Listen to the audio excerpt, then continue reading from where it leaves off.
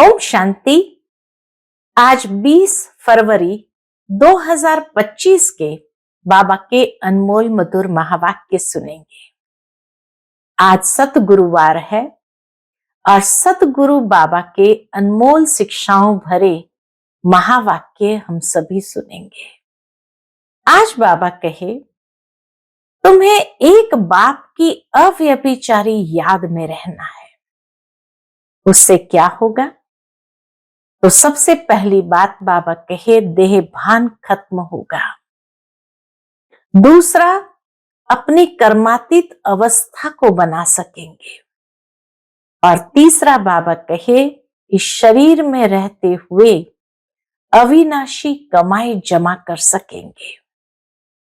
साथ ही बाबा कहे, तुम बच्चों को ज्ञानी तो आत्मा बनकर के सर्विस करनी है। बाप से जो कुछ भी सुना है उसे धारण कर दूसरों को भी सुनाना है।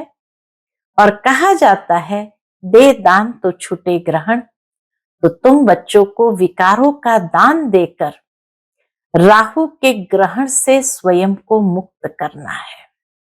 तो सुनते हैं आज के बाबा के अनमोल मधुर महावाक्य। ओम शांति।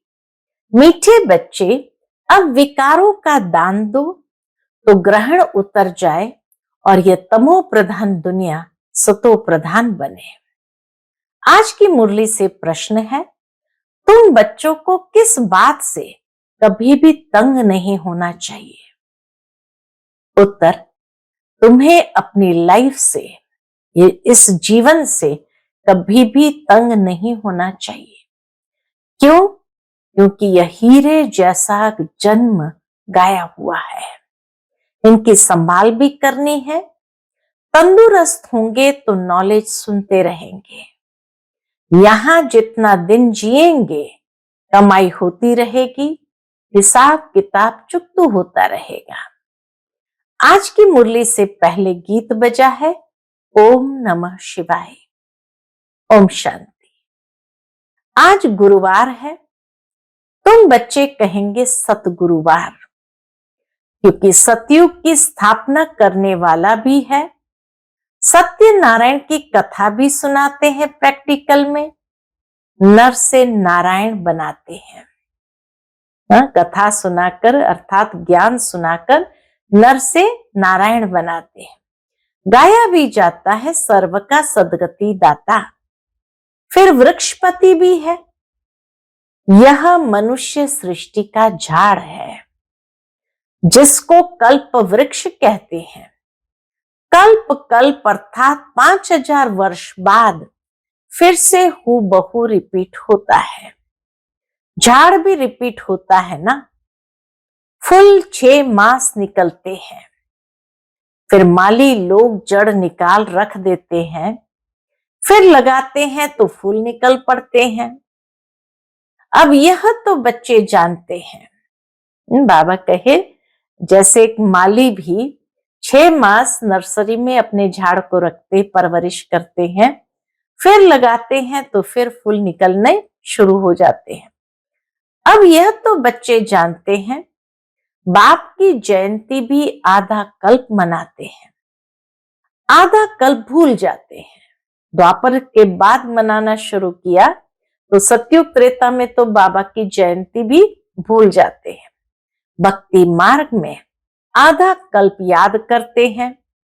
बाबा कब आकर के गार्डन ऑफ फ्लावर्स स्थापन करेंगे? दशाएं तो बहुत होती है ना। बृहस्पति की दशा भी है, उतरती कला की भी दशाएं होती है। इस समय भारत पर राहु का ग्रहण लगा हुआ है। चंद्रमा को भी जब ग्रहण लगता है तो लोग पुकारते हैं, दे दान तो छूटे ग्रहण। अब बाप भी कहते हैं, ये 5 विकारों का दान दे दो तो छूटे ग्रहण। अभी सारी सृष्टि पर ग्रहण लगा हुआ है। 5 तत्वों पर भी ग्रहण लगा हुआ है, क्योंकि तमो प्रधान है। हर चीज नई से पुरानी जरूर होती है। नई को सतो प्रधान, पुरानी को तमो प्रधान कहते हैं। छोटे बच्चों को भी सतो प्रधान महात्मा से भी उच्च गिना जाता है, क्योंकि उनमें 5 विकार नहीं रहते। भक्ति तो सन्यासी भी छोटेपन में करते हैं। जैसे राम तीर्थ श्री कृष्ण का पुजारी था, फिर जब सन्यास लिया तो पूजा खलास। सृष्टि पर पवित्रता भी चाहिए ना। भारत पहले सबसे पवित्र था, फिर जब देवताएं वाम मार्ग में जाते हैं तो फिर अर्थक्वेक आदि सब स्वर्ग की सामग्री, सोने के महल आदि खलास हो जाते हैं। फिर नए सिर बनने शुरू होते हैं। डिस्ट्रक्शन जरूर होता है, इस नई दुनिया का भी डिस्ट्रक्शन जरूर होता है। उपद्रव होते हैं जब रावण राज्य शुरू होता है। माना जैसे ही रावण की पधरामणी होती है सृष्टि पर तो धरती भी कांप जाती है, तो उपद्रव शुरू हो जाते हैं। इस समय सब पतित है। सतयुग में देवताएं राज्य करते हैं। असुरों और देवताओं की युद्ध दिखाई है, परंतु देवताएं तो होते ही है सतयुग में। वहां लड़ाई कैसे हो सकती? संगम पर तो देवताएं होते नहीं। तुम्हारा नाम ही है पांडव। पांडवों कौरवों की भी लड़ाई होती नहीं। यह सब है गपोड़े। कितना बड़ा झाड़ है, कल्प वृक्ष कितना बड़ा है, कितने अथाह पत्ते हैं, उनका हिसाब थोड़ी कोई निकाल सकते। संगम पर तो देवताएं होते नहीं। बाप बैठ आत्माओं को समझाते हैं, आत्मा ही सुनकर कांध हिलाती है। हम आत्मा है, बाबा हमको पढ़ाते हैं, ये पक्का करना है। बाप हमें पतित से पावन बनाते हैं। आत्मा में ही अच्छे व बुरे संस्कार होते हैं ना। आत्मा ऑर्गन्स द्वारा कहती है, हमको बाबा पढ़ाते हैं। बाप कहते हैं हमको भी ऑर्गन्स चाहिए जिससे समझाऊं। शिव बाबा को भी ऑर्गन्स चाहिए जिससे बाबा हम बच्चों को समझाते हैं। आत्मा को खुशी होती है, बाबा हर 5000 वर्ष बाद आते हैं हमको सुनाने। तुम तो सामने बैठे हो ना, मधुबन की ही महिमा है। आत्माओं का बाप तो वह है ना, सब उनको बुलाते हैं। तुमको यहाँ सन्मुख बैठने में मजा आता है, परंतु यहाँ सब तो रह नहीं सकते।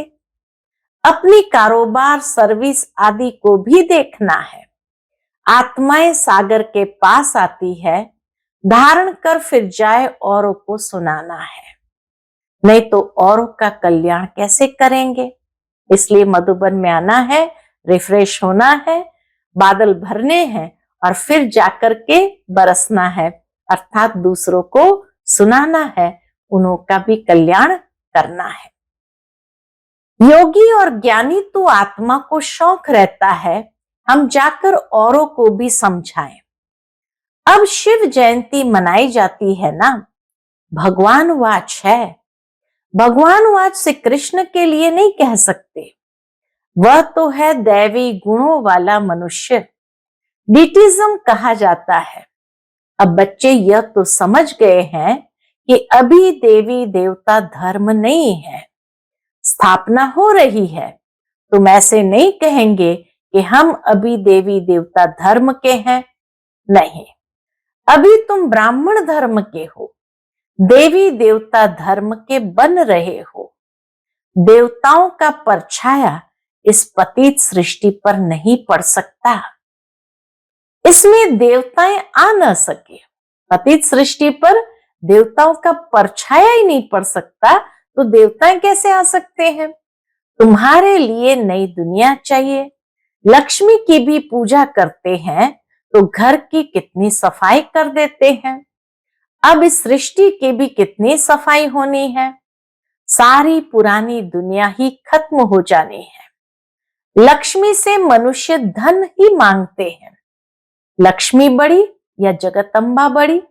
बाबा कहे लक्ष्मी बड़ी या जगदम्बा बड़ी? तो किसी ने बाबा को कहा अम्बा। अम्बा के मंदिर भी बहुत है, मनुष्य को कुछ भी पता नहीं है। तुम समझते हो लक्ष्मी तो स्वर्ग की मालिक और जगदम्बा, जिसको सरस्वती भी कहते हैं, वही जगदम्बा फिर ये लक्ष्मी बनती है। तुम्हारा पद ऊंचा है। बाबा कहे तुम्हारा पद ऊंचा है, देवताओं से भी ब्राह्मण श्रेष्ठ माने जाते, इसीलिए लक्ष्मी से भी जगदम्बा ऊंची है।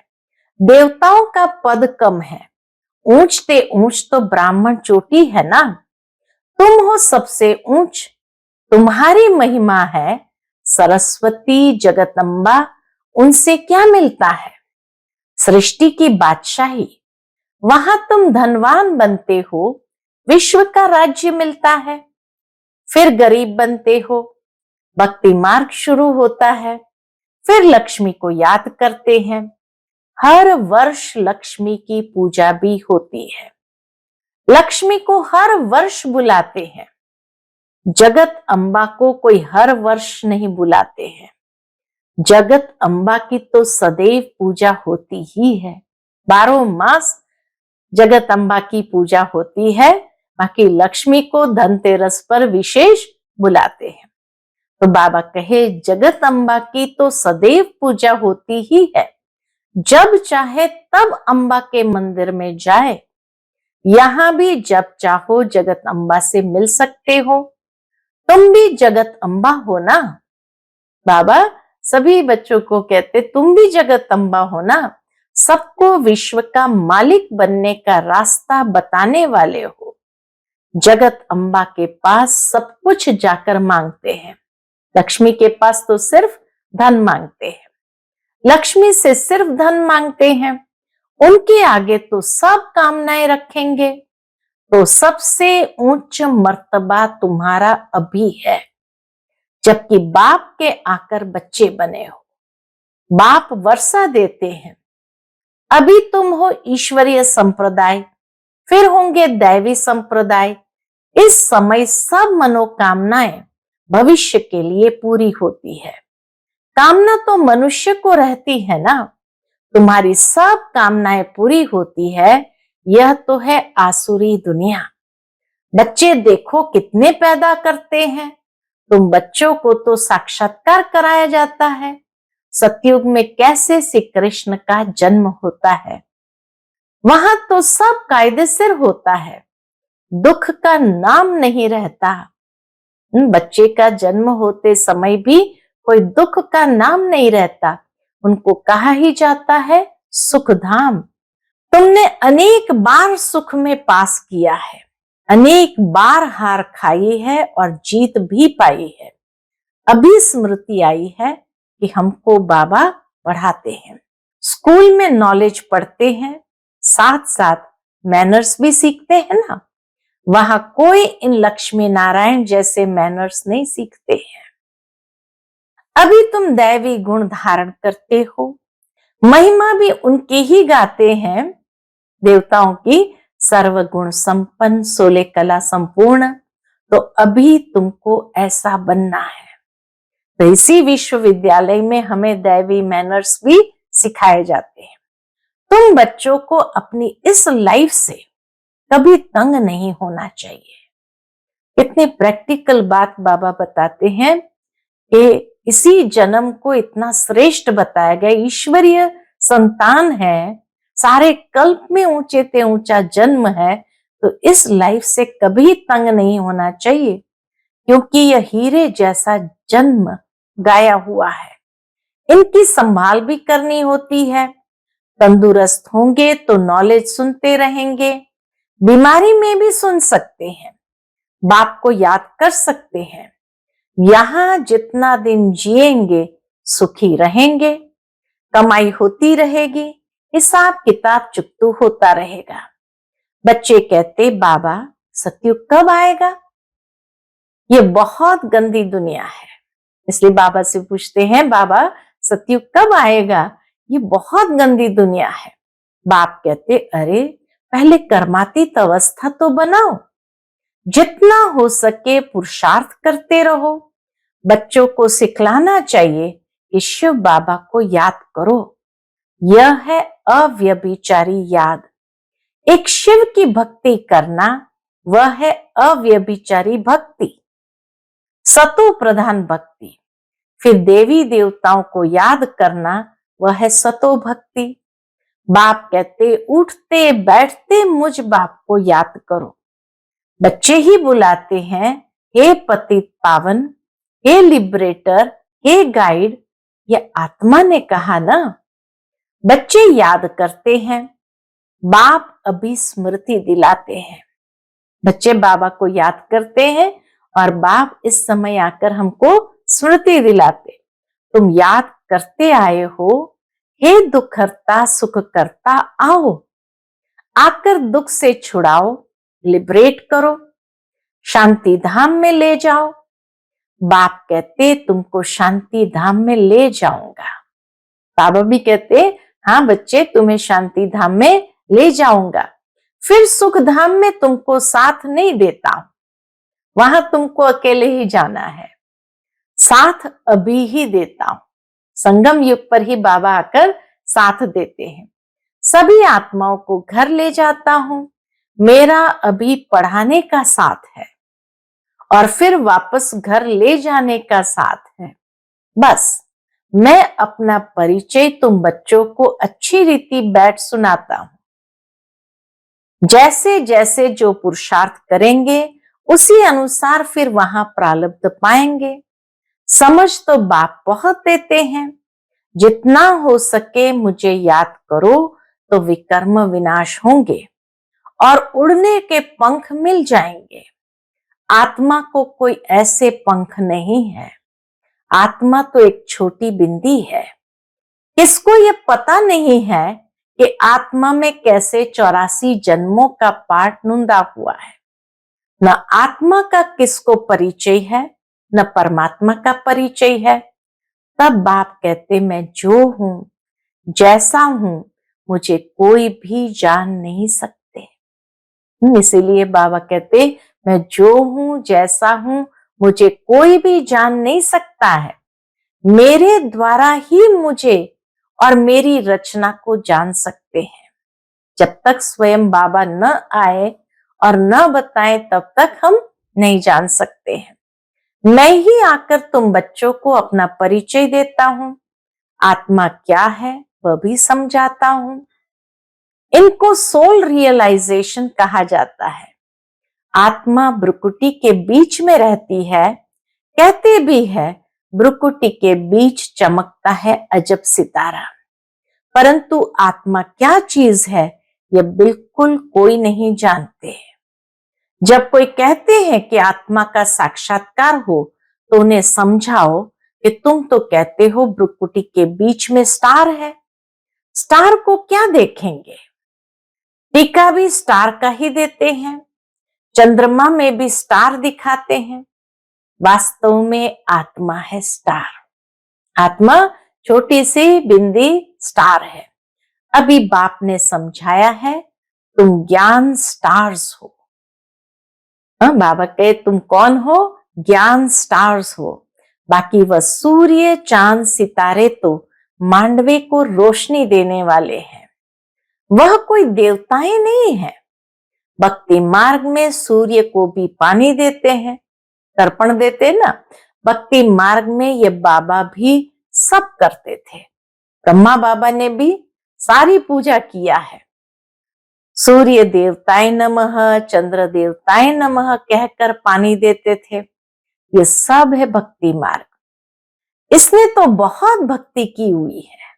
ब्रह्मा बाबा ने तो बहुत भक्ति की हुई है। नंबर 1 पूज्य तो फिर नंबर 1 पुजारी बने हैं।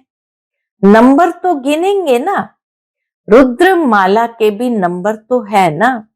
भक्ति भी सबसे जास्ती इसने की है।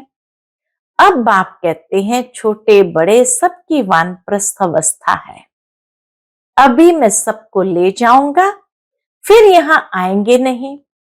बाकी शास्त्र में जो दिखाते हैं, प्रलय हुई, जलमय हो गई, फिर पीपल के पत्ते पर श्री कृष्ण आया। बाप समझाते हैं सागर की कोई बात नहीं, वहां तो गर्भ महल है।